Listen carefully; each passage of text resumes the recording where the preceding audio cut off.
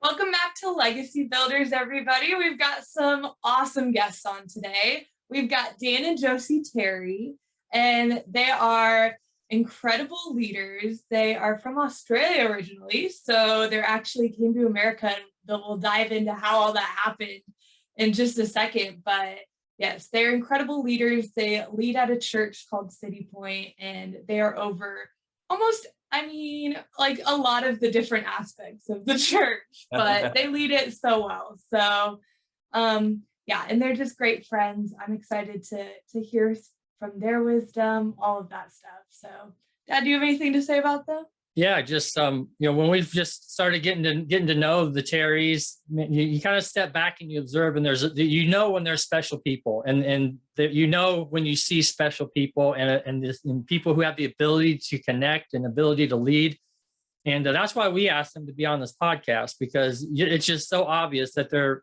just great people, they're great leaders, they have great wisdom, and we're just so thankful that you guys are taking time out of your busy schedule to help and just come on our podcast and share some of this relationship wisdom with us. So thank you so much for coming on.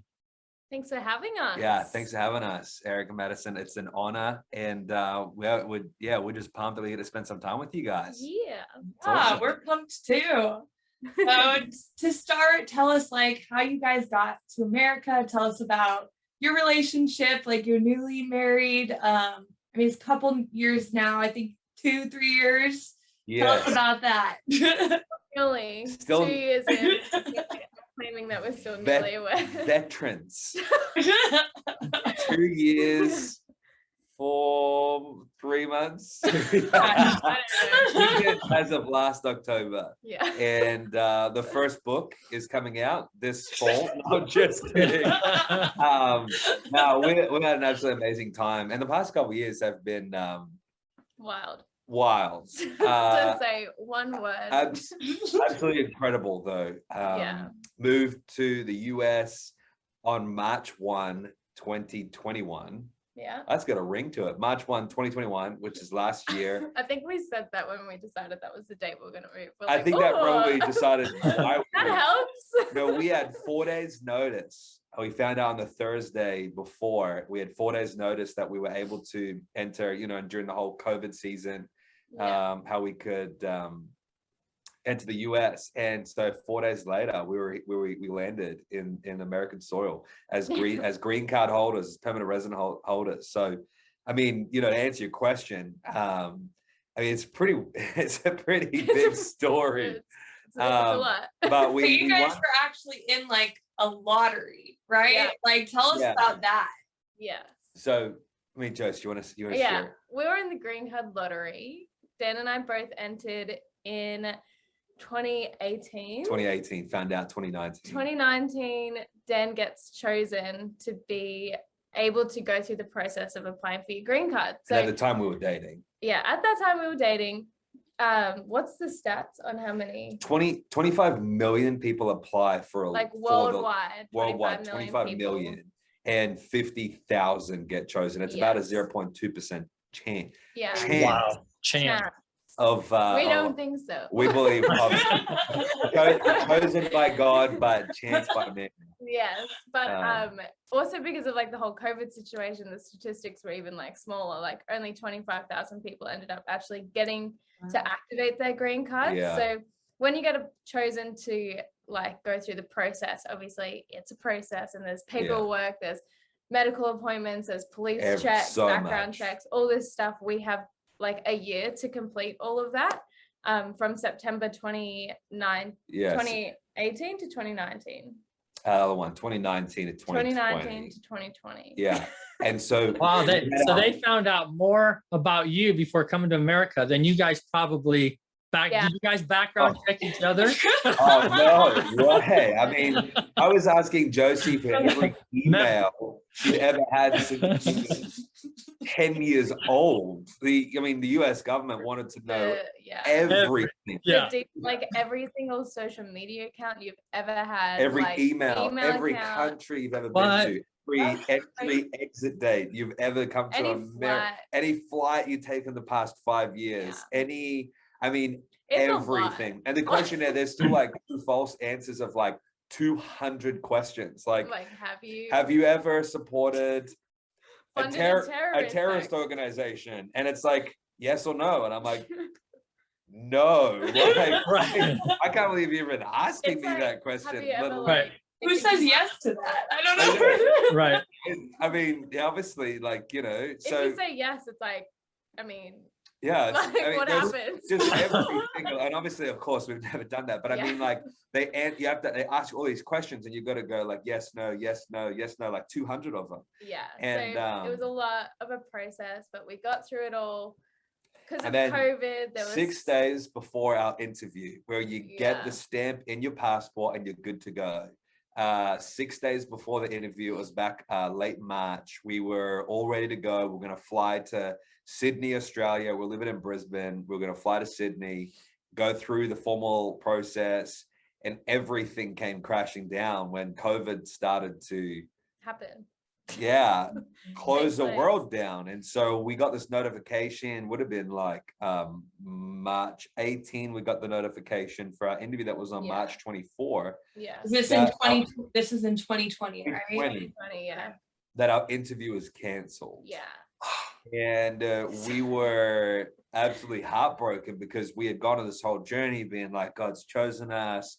You know, you're feeling on top of the world. Trying to start wrapping up our lives. Yeah, like, you're selling things. You're getting. I sold my car. I was like ready to go. You know, being like, let's wrap this thing up and let's get on a plane and let's go to America. Like it'd been waiting long enough. Yeah. And so 6 days out, our interview got canceled. The whole world came crashing down, and everything went on hold. Yeah. And I mean, there's such a long story about it, so we won't share everything for today. A lot of detail to it. Because you'll have to read the book. Right. But the long story short is that we read this little Christian quote, and neither of us were like, neither of us thought it was a closed door. Yeah. We were like, we want to push for this. We knew that there was many options. The green card was just like the best option because it meant like permanent residency. But we were like, okay, what's our next what's a different visa or whatever. But I read this little quote on Instagram, and I mean, sometimes you see people posting quotes, and you're like, oh, another one, But then the thing is, God can use anything to speak to people, right? And He used this little quote. And it was this idea that someone posted where it was like, you could give up and wonder what if, or you could give it everything you've got. And if you fail, at least you tried. And I looked at this little quote, and I remember those days that we were just a wreck, being like, what's going to happen? It's all coming down. The interview got canceled. There was immigration bans.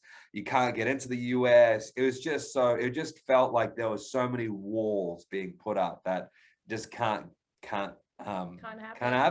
And, the Bible says that, with man, what was impossible with God is possible. And I just read this little quote and was like, you know what? We're going to give it everything we've got. Yep. And at least if we know that it doesn't happen, at least we know that we tried. And so if at first you don't succeed, I heard the Great American Way was sued. So we filed a lawsuit against the US government, not picking sides or anything, but just had to do what you had to do. And, we fought and fought and fought and fought. And if you don't get the visa by September. Technically, we did sue both sides because the election happened while we're in this process. So we sued. We're impartial. Yeah. We first sued Trump, and then we won. And then Biden came in, and then but we got the interview, and we had everything processed literally within days before it all being over, and our green card got stamped in our passport, our visa got stamped 48 hours before it was all over. Yeah. September 28th, we got the green light. But then we weren't allowed into the country, into the US. And then if you don't get in by a certain time, then it expires as well. Yeah. That's when Biden was in power. And so we sued him too. That's when we found out we had 4 days to get into the country. We got on a plane, entered in after 2 lawsuits and 12 months of waiting. And wow. Yeah. That's a crazy story. Yeah. Wow. So, pretty wild. But I think that was part of the question you asked. But the other part of the question you said, how did Josie and I meet? Or what was it? I mean, Well, no. So then you guys were dating. You said before this all happened. So through this whole process, you guys got married. Then, yes. Yeah. Let's just say when the green card came through, things got really real in our relationship. Sorry. When we got once we won the lottery, it got very real. It was kind of like, we're like, so okay, we need to have a chat. Yeah. I technically qualify, but if we're not married, and they didn't decide to choose me in the lottery, so, right? But I married him. I chose you, therefore it all worked. But yeah, so we got married. We got engaged. We were dating for a couple years. A year and a half. At this point, and then a couple years to say. I also hadn't been to America yet, so True. I was forgot this part. That's how I was gonna bring it up. Yeah. I hadn't been to America when this had happened. We found out that we won the lottery, and I was like, I need to just like go and I don't know, like see if I like it. Yeah. There before we talk about getting married. I did a little just 2-week trip to America. I just went to San Francisco because at that point, there's a whole crazy story on how we actually got to Nashville. Might be for another time. But San Francisco is where we were planning on like planting ourselves. So that's where I spent 2 weeks there, and the first week absolutely hated it. You never told me that. Because I was like, why does Dan want to move here? Like, I think if I lived in San Francisco for a week, I would hate it. It was pretty hectic. The whole culture shock of like America, different to Australia. I was also by myself. You know, there was probably a whole other factors. Anyway, that is a bad representation of America. It's also an intense place to go by yourself. Like, hey, look, if Josie can survive San Francisco by herself, she can survive anything. That's true. Right. Yeah. But I just was like, God, you need to really show me why, why this is where you've like put a burden on Dan's heart for it. You need to do the same for me. Like, I'm not getting this. So anyway, that second week, God showed me a lot of light that could be shown in a lot of dark places. So then came back. Dan picked me up from the airport. We had lunch. We joked about maybe we should get a ring now. And so we went ring shopping. And then because I was also like, I don't know what ring I want. Dan's like, I don't know how much they are. We're like, we should probably just go look. I mean, I haven't gone ring shopping for wedding rings before, you know what I mean? So we just went shopping for it, and then anyway, we ended up finding one. Which, side note, they're really expensive. Yeah. Well, hers is really expensive. Yours is not so expensive. Yeah, I mean, I'm on my third one. No, I'm joking. I mean, I've got 3 already. Yeah. Anyway, 3 as in like on your finger. Yeah. Not to brag. But we ended up buying a ring that day, and then Dan asked my dad permission to marry me. Dan went to America. Yeah. Came back 2 weeks later. Proposed. 4 months later, got married. The rest is history. But yeah, that's the snapshot of story. Now we're serving youth, young adult pastors, overseeing a bunch of different things, working with Madison with kids, and working in the teams on Sunday, and looking after different services, and pioneering Red Frogs for America, and basically, like we just say, we are really just here to serve and help in whatever capacity we can, raise up leaders and help include people along the process. So like I mentioned in the opening here, I remember when you guys came, and I mean, I look for, I'm a big leadership guy. We talk to Madison about relationships all the time, and people skills and stuff. And I mean, as soon as you guys came in, I knew there's something unique about you guys and different and just awesome. So I'm just curious, people skills are a part of relationship. You gotta have ability to communicate, communication skills, people skills, whatever you want to call it. It's just something that just come natural to you guys. You learn this stuff, or where do you learn some of these concepts? I feel like personally kind of comes naturally. I'm naturally an extrovert, so that helps. No. You an extrovert? I know, brand new information. Like talking to people? No. Some days it's definitely a personality. Yeah, some days it's harder than others. Like some days I'm like, I'm so peopled out, but then other days it's like I thrive off this kind of stuff. So it's like, to me, it does just come naturally. Obviously, I'm always continuing to learn and grow, and I observe other leaders that I've been around in my journey. I think one thing you like though is you like meeting new people, and you can strike up a friendship and become best friends with someone after a week. You know, I think there's definitely that's natural though. But I think that's the thing. You know, there's definitely personality. Then there's definitely gifts. Yeah, and then I think there's definitely a sense of I don't know what the word is, but maybe even if it's just a personal conviction, you know what I mean?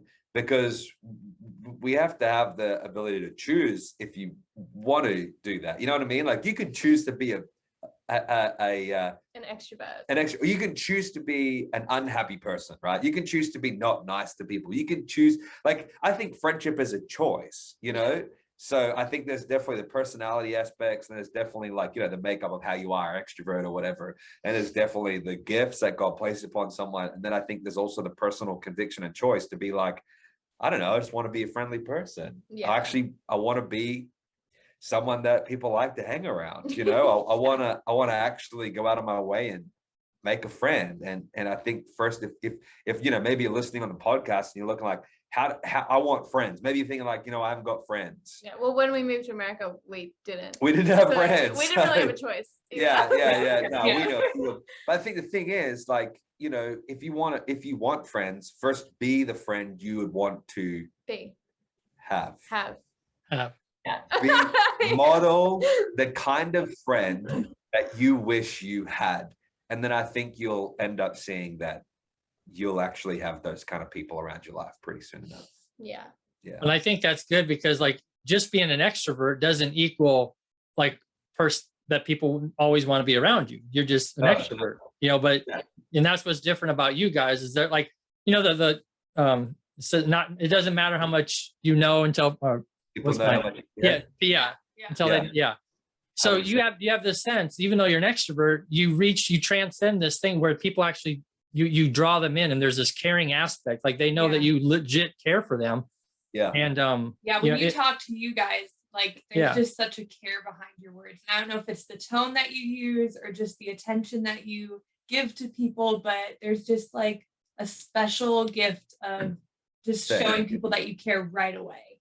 Yeah. And so is that practiced? Is that, I mean, just you guys, what is that?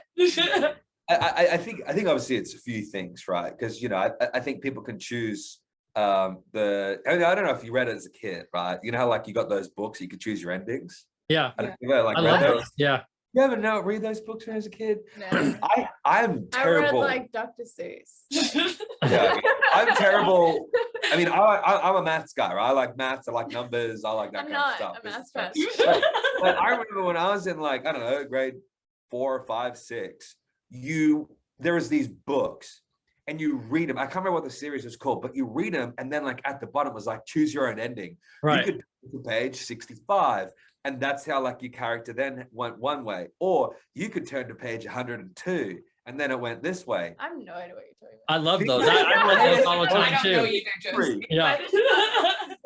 Have you guys seen these? Oh yeah, I've seen those. I love them. Oh, okay. All right. Yeah. I read those when I was little too. Yeah, the Choose Your Own Adventure books. They're awesome. Yeah, they're the best. But here's the thing. Where are you going with that though? Let me bring it back. I think one big key thing is that it is a choice, you know, and you've got to choose that you want to be a people person. You want to be friendly. You want to be, you know, so here's the simple form, right? I have a conviction and a personal choice where I say in all my relationships, whether it be work, whether it be, spouse, whether it be people I work with or friends in life, or even the person who's at the grocery store or the gas station or wherever it might be, any person I meet, my personal conviction is it's a 51-49 principle, I call it. 51-49. And the whole idea is I want to give more than I take. And it doesn't have to be like 90%, 10%, right? It doesn't have to be even 80%, 20%. I'm just looking that I am more of a blessing to somebody else than somebody is to me. I want to be 51% and someone else can be 49%. And it's just a principle in life. In every conversation I have, every relationship I've got, my conviction is I want to be 51-49, and I think when you say, thanks Madison for the comment about caring, for people, I think that comes from, a genuine relationship with Jesus. And when you start to see people the way that Jesus sees people, you can't help but care about people. You can't help but know that like every person, like Jesus died for each and every one of us, so that we could have life. And when I think about that, everyone is on an equal playing field. It's not whether the rich, poor, popular, or whatever it might be, celebrity or in poverty, whatever it might be, right? Every single person has inherent value and inherent worth. And I've made a choice, and that choice is just to love people the way that I was loved, and yeah, does that make sense? Yeah. That's so good. Yeah, that's so good. So good. Well. What'd you say? You gotta cut out. Summarizes it really well. Yeah. Yeah. That's awesome. I mean, just like, yeah, that's amazing. Yeah. Sorry to cut you off. Sometimes I think I'm like, I don't understand how people can't care about people, as well. I feel you. It's a foreign concept for me if someone doesn't care. I think like you said, like it's a choice that way as well. Yeah. Like it's a choice to care and it's a choice to not care as well. Yeah. So yeah. Totally. But how do you take these relationships, these people that you meet, and really set a foundation for them? So it's like a lasting relationship with those that you want to create a lasting relationship with. Yeah. I mean, that's a really great question. Yeah. I think it can be tough when there's so many people in your world where, me, I want to hang out with people every day of the week. I'm like, let's do dinner with these on this night. Let's hang out with this person. Let's do morning coffees here. Let's do like fill up pretty quick. I mean, there is a reality where we have, what do we say? We have finite resources, and that like we haven't got, But I think that back to the choice thing, when you're present, be present. Yeah. And that's the whole thing about caring for the person that's in front of you. Yeah. How do you start with a foundation? We meet so many people, and obviously like, as pastors, and I mean, even if we weren't pastors, I think we just meet people, right? Right. I've only just been the pastor. True. But I mean, like, just the kind of like, environments we're in, we meet a lot of people. Yeah. And I think if you're talking about like, how do you lay a great foundation, right, for the future? Like I would say like one of the big things for me, sorry, I knocked our computer. I think the big thing for me, what I get passionate about, is when you're present with somebody, are you present? Like you can be present physically, right? But your presence could be elsewhere. And so for me, whenever I have somebody who's in front of me, wherever that is and whoever that is, my challenge and my kind of like endeavor and goal would be, I want to make sure that I'm fully present, not like checking my phone or not like having dirty eyes. Those people where they're always thinking about something else that's going on, and they're looking, and they're never looking out. They're looking somewhere else. They're looking for the next thing to do. For me, I mean, I think every great relationship starts first by like you being fully present with somebody. And intentional. And then, 100% being intentional. Intentional just goes hand in hand with that. Like, when you are having a conversation with someone, it's like, you're intentional about that, but then intentional about following up with them. Totally. Not in a way that's like creepy, but just like, hey, let's like, we got to have this like 10-minute conversation. Let's actually like have coffee and be intentional about having coffees, having dinners, like making time for people. Yeah. Like that's just all we've focused on, is just like making time for people. We've made it our, like, talking about our marriage, we've made it as part of our values. That our life, we've chosen to be a married couple that has our arms wide open to people, and yet again, I think that's a choice. And we're talking about relationships on this podcast. I mean, there'd be married couples where they have chosen that you won't have people over at your house for dinner, or you've chosen you won't have, dinners out with people. You won't be, that's each their own. Like, I'm not going to say, you got to do this, you got to do that. But for us, we've just chosen that we want to take as many people on this journey as possible. Our arms are wide open, and we don't, discriminate in regards to who can have coffee with us or who can have dinner with us or whatever. I mean, we're just like arms wide open, and we will make time, and we will have as many people over as our house as the fire code will let us, and we will go out for dinner. So that helps. And I think like that when we're talking about partnership here, right? And I think it's important that we have high communication together, because when you find tensions will happen in relationships is if one person's like that and the other person's not. So you got to have like an agreed upon, so we agree, like we will have date night once a week. Otherwise, if we don't do that, then we're going to have people at our house every single night of the week. And then we miss on the most, important relationship, which is us. So I think, you got to be at intentional. At least once a week. We also work together, and we have our off days together. Obviously a different dynamic where, because we did move countries, we are the closest people that we have to each other. And we work together. We're spending every day together, and we have our days off together. So like, but an intentional set aside date night at least. But is that, I mean, hopefully that answers your question. Oh yeah. So with all the like intentionality, following up, and did you ever get to the point where you feel like I'm always the one that's following up, I'm always the one initiating relationship?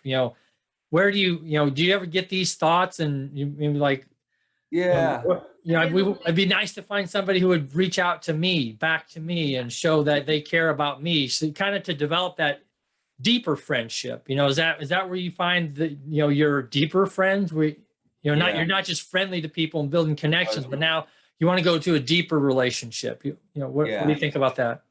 And I think, it's a great question. And that's definitely the challenges and the tensions, right? Because, we obviously hang out with a lot of people, and, you can only,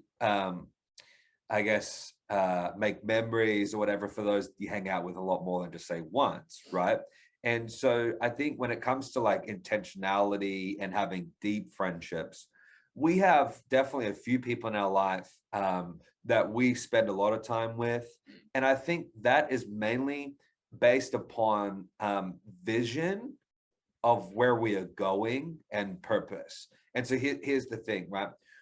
We think that those that will serve alongside us, because we're big, like we're serving all over at church. Like we're running a lot of different things. We want to run hard. So we're also, when we talk about relationships, we're unapologetic that like we want to build the local church. And, we want to expand and see God's kingdom move, in a powerful way and advance. And so I think those that we have deep relationships with is naturally going to take place from those that are serving alongside us.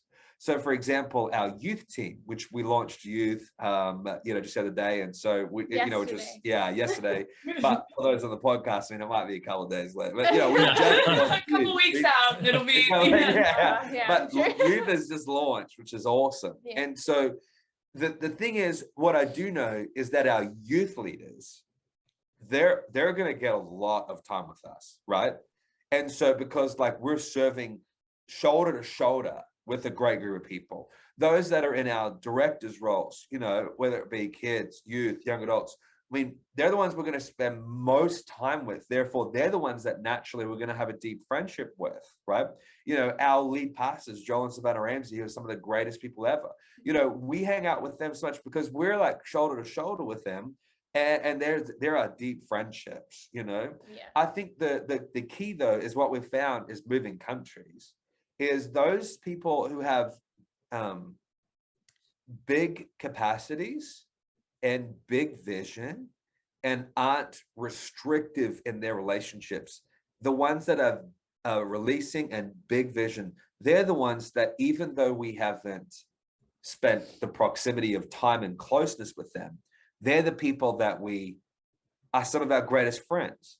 Because I think what happens is everyone's got their different personalities, a different way that they're, you know, I guess the history, relationships and things that, you know, they're kind of made up as an individual.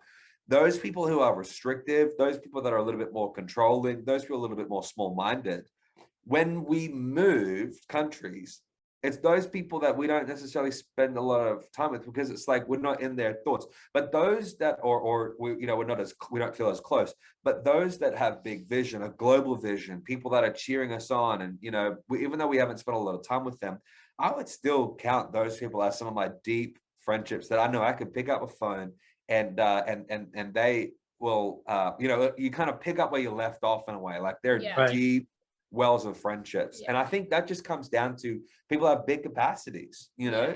I think you just kind of attract those kind of people around you, and you kind of identify that and you know, work with that. So yeah. I think too, on the other side of his question, there is some people who kind of have that like expectation that the other person is going to come and reach out to them and be their friend, or like make the plans or stuff like that. And so what would you say to like those people who are just in a waiting period for somebody to be their friend? Well, like, as you mentioned, you know, building relationship is, you know, with you guys serving all the time, you know, now you're looking for other people who are serving. That's how you develop these friendships. But let's just talk about, you know, the people who maybe some of the young adults or the youth that you're bringing in. Now, how do you help them make friends with each other, not just with you? How do you advise them how to make friends with each other? Here, you just came in, let's put you guys together, or see where the chips may fall. Josie, you want to answer that? Or your thoughts? I think we as young adult pastors, we always try and create environments for people. That's what I was going to say. So it's called dinner parties. And so we just create an environment where young adults get together, you know, and through over dinner, there's the relationships that start to form week after week. I mean, you know, the first few people are going to break the ice a little bit and kind of that, but I think and we're there to help guide that in a way. Like, it's not like the people that come to dinner parties are fully relying on getting a relationship from us, even though it's available to them. There's also like 10 other people there that they have the opportunity to like build relationships with. So we're just big on like opening up the environment for someone, even with like serving on youth team. There's an opportunity for young adults to be able to like meet other young adults while you serve, and link arms with someone and do this like together. I 100% agree. I think it also comes down to this, is that if someone's trying, like Menace, you're saying you're in a waiting season to kind of like find friends. I think the reality is you don't find friends, you make them. And if you want to make a friend, right, first be the friend. That, you know, what I think I was saying earlier on, it's that whole idea of like, think about the perfect friend that you want to have, and then like maybe even write down the qualities, you know, of the perfect friend that you want to have. It's a good visual. Write it down, and then go, you know what, out of all these things that I've put down on a piece of paper, how many do I actually embody myself? And I think there's, if you know, if someone you're like, I want to have more friends. Be an attractive friend to start with and take the first step. I think, you know, you will wait a very long time if you want somebody else to reach out to you to be the friend, right? And I think at the end of the day, you don't find friends, you make them. And you gotta, go out of your comfort zone and step across the room and make a friend. Send that text. And also not be afraid of rejection or being let down. I think that's a really big that's one. Relationship advice. I think it's relationship. I think it's friendship. I think it's everything. I think at the end of the day, like, it's okay. If someone doesn't want to go have coffee with you, or someone does let you down. I mean, I think we just have this fear of rejection, this fear of failure, this fear of like, oh, what if they see the real me? And, what if they don't like it? What if but what if they do? What if you do make a friend? What if it does change your world just by the fact that you were able to be nice to someone and then someone reciprocated? And, I would never also be afraid of praying. We're pastors, big encouraging people in their relationship with God. I know in seasons where, as a leader personally, I felt lonely, when I was a single youth pastor, because I knew a lot of people, I had a lot of acquaintances, but I didn't really know a lot of people have those deep friendships we're talking about as before, because I was so on stage or traveling or being around the place that I was around people a lot, but I never had people that were really close to me. And so I prayed, and I was like, God, like, would you help me have eyes to see somebody that I can be a good friend to, or, make a friend? And, God, I think I know he's faithful. Yeah, he worked. I know he's faithful. I know that he brought us together, and I know that he brings other people around our life. I think we just got to make the decision, have eyes to see those people that God brings into our world. And, might be saying like, I'm in a waiting season. But I think like, you gotta step up, and you gotta exit that season yourself.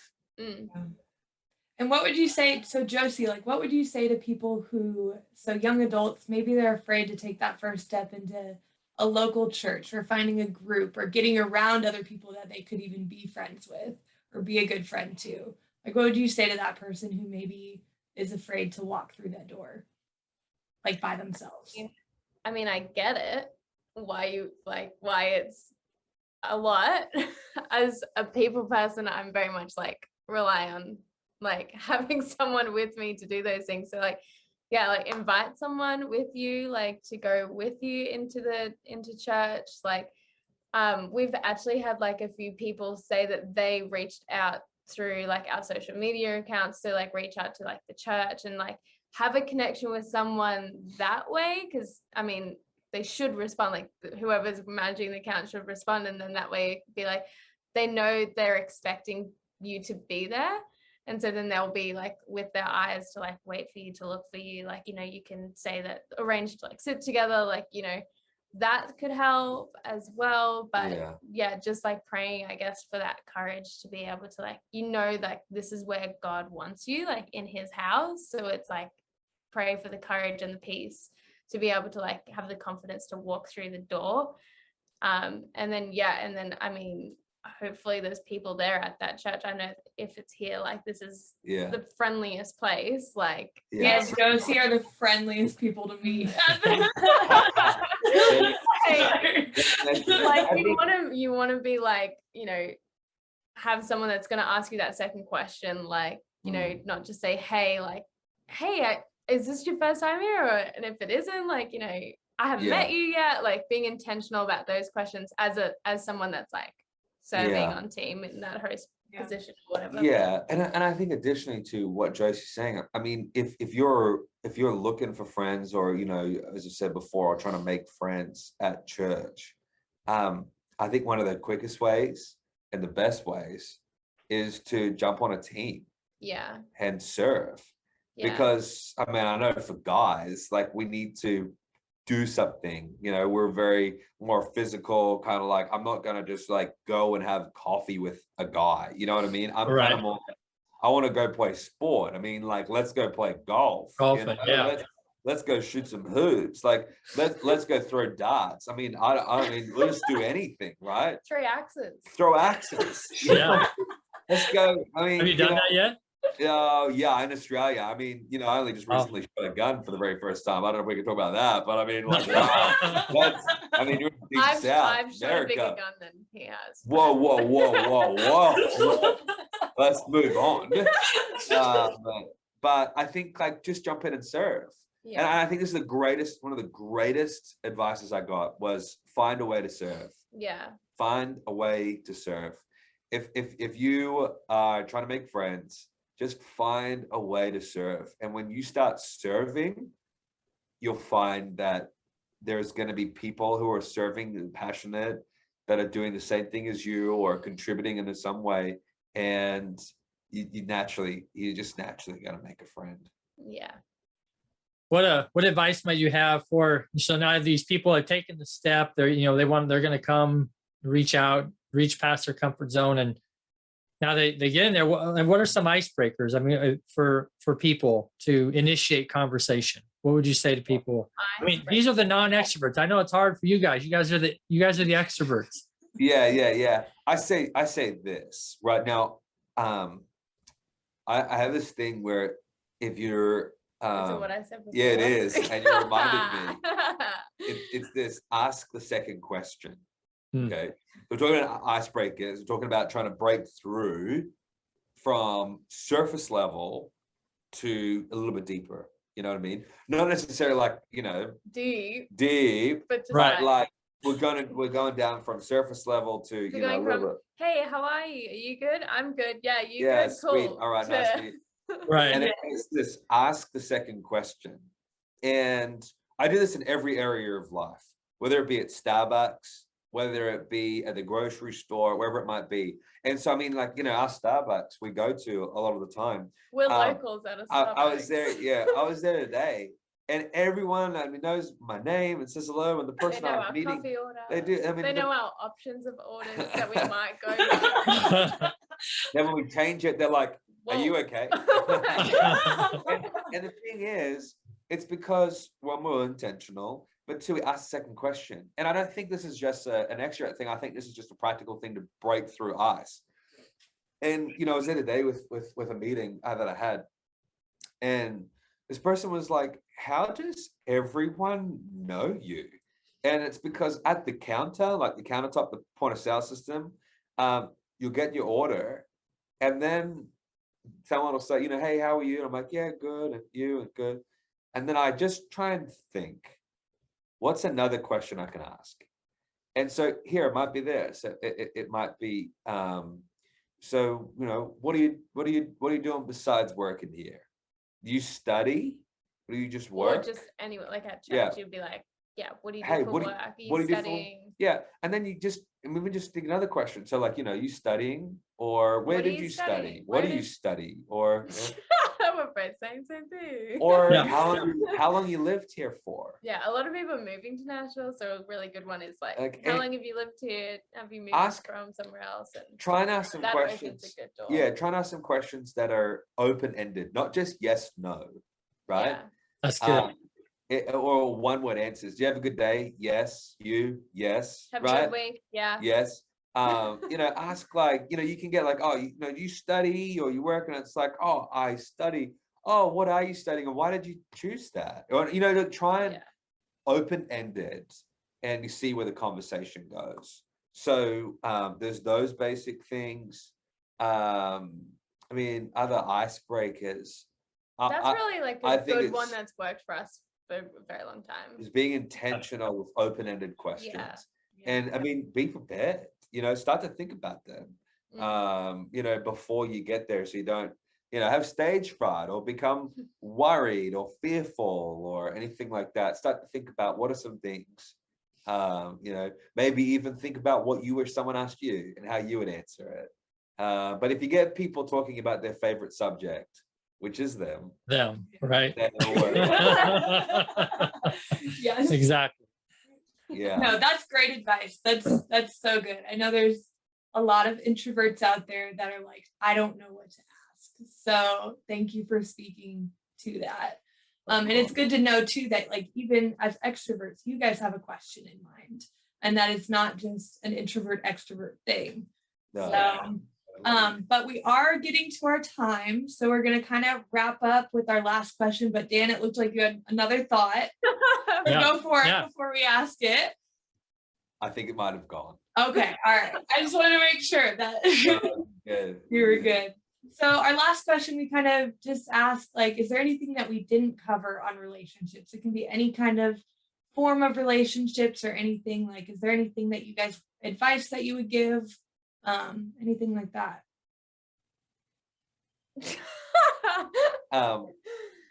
I think maybe just to summarize, I think you're only as rich as you are in your relationships.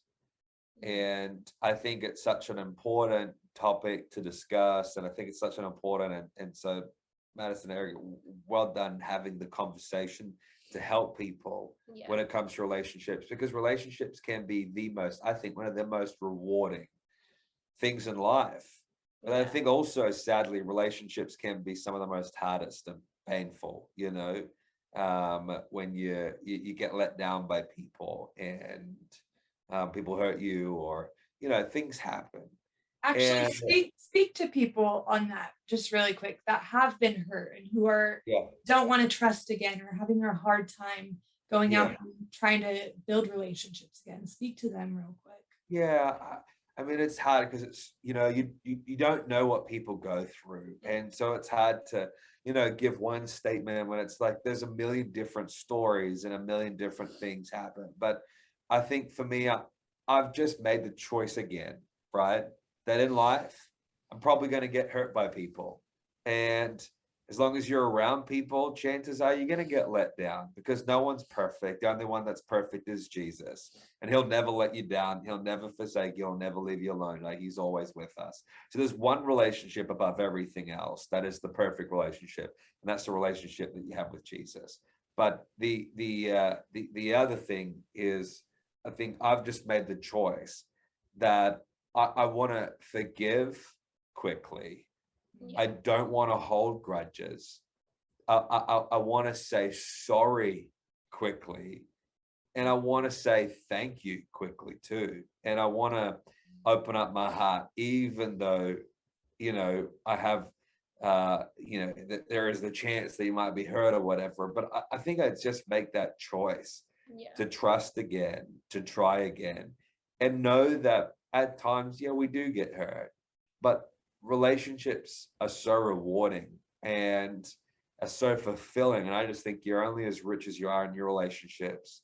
And I think they're just so a crucial part of everyone's life. And I always say this one thing, if I wrap it up, is when somebody hurts you or something goes wrong, I always want to be this person. I know we talk about this a lot. Is we want to give people the benefit of the doubt. And so we have this statement, and it's like, you know what? He didn't mean it, or she didn't mean it. And it's like, we always want to believe the best, not expect the worst. It's like we choose to believe the best in people. That, hey, they didn't mean what they said. He didn't mean it. She didn't mean it. They didn't mean to say a negative thing about us, or hey, they didn't mean to hurt us. We just always want to give people the benefit of the doubt. And if you can live from that posture and that place in your life, then I think a lot of your relationships will take care of themselves. That you have this posture in your heart that, hey, you know what? He didn't mean it. She didn't mean it. Let's give people the benefit of the doubt. You'll have rich, rewarding relationships. That's really good. Josie, do you have anything to add? Any last thoughts on relationships or encouragement to people? Dan kind of took mine. Oh, I was gonna do that. Did quite a few statements in there, so that's understandable. I know. We covered the good bits. I was gonna say that whole he didn't mean it. She didn't mean it. But it's something that we just have. Yeah. It's just that posture in our hearts that we are quick to forgive. We're quick to say sorry. We're quick to take the responsibility or the ownership of something, and just always quick to give the benefit of the doubt no matter what the situation is. Yeah. That's so good. Well, thank you guys so much for taking time out of your day. Thank you guys. We Thank appreciate you you. spending time. So before we leave, where can they find you? So they want to learn more about you. Where can they find Dan and Josie? Find us at City Point Church.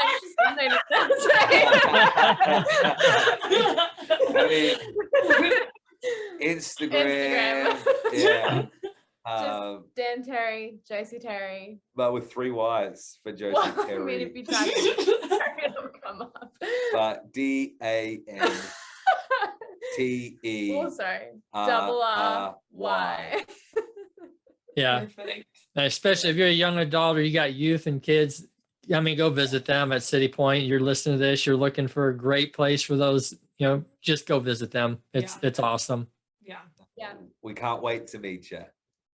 So good. Well, again, thank you guys. And to all who tuned in, thank you for watching. We'll see you next time. Thanks so much for joining us today on the Legacy Builders podcast. We would love to hear from all of you. Go tag us on Facebook and Instagram and let us know what the biggest takeaway from today's episode was.